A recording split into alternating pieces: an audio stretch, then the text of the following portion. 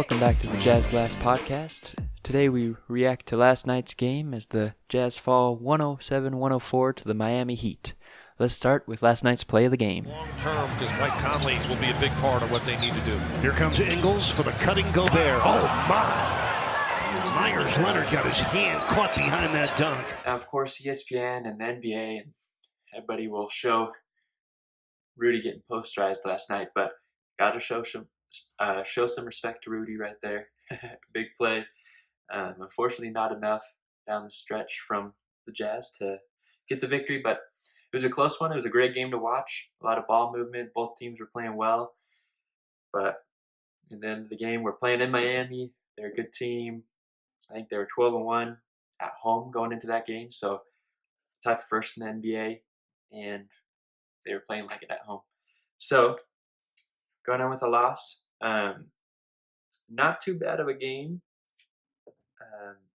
Joe Ingles had 27 points. Gobert had 18 points, 20 rebounds, which was huge because it looked like the Miami Heat had kind of game planned to crash the boards hard, especially since the Jazz don't get out and transition a whole lot.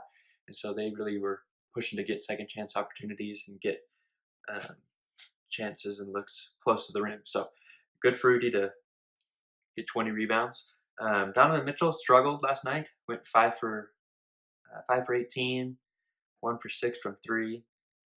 Only got to the free throw line. Only shot 4 free throws and scored 13 points. But despite all that, he was still led the team in plus minus. He was plus 13.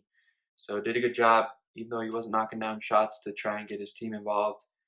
Ended up with 7 assists. Tough loss, though. Hard to see the Jazz battle. We went down 10 late, brought it within 4 or 5, but never really able to get the lead back and take the victory. So, tough loss. As you can see by the reaction by the front office, making a couple moves. If you haven't seen my reaction to the Dante Exum Jordan Clarkson trade, feel free to click right here. I'll send you over there. You can see that. Kind of see how both teams will be affected.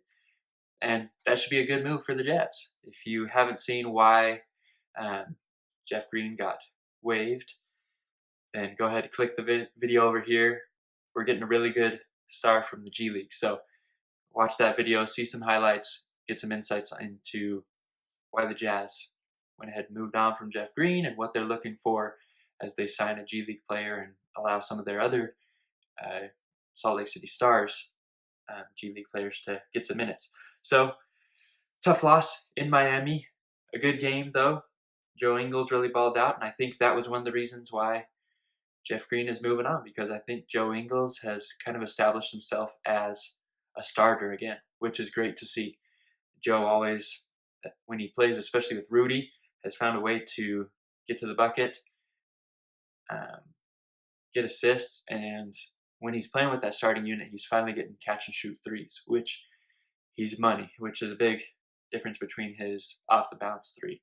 So look for Joe to really continue to step up as a starter. Look for other guys to, especially with the trade and some signings, look for the Jazz to mix up their bench unit. Look for the roster to look a little different as they try to see what guys will fit into these new roles that will be opening up. Best of luck to Dante Exum.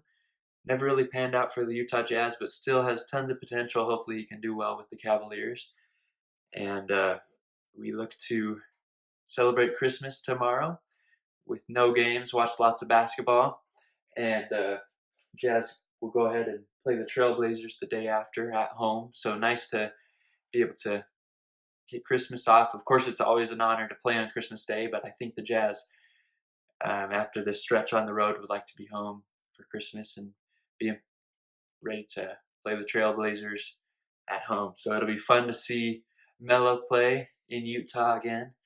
I've always been a big fan of Melo, even though he's not the most efficient player. It's always fun to see him go off. So, and of course, Damian Lillard returning to Utah as well. So, unfortunate loss last night for the Jazz as they go 5-1 now in this stretch after losing to the Lakers. So look for them to continue against Portland on this good stretch as we get some games that we should be able to win.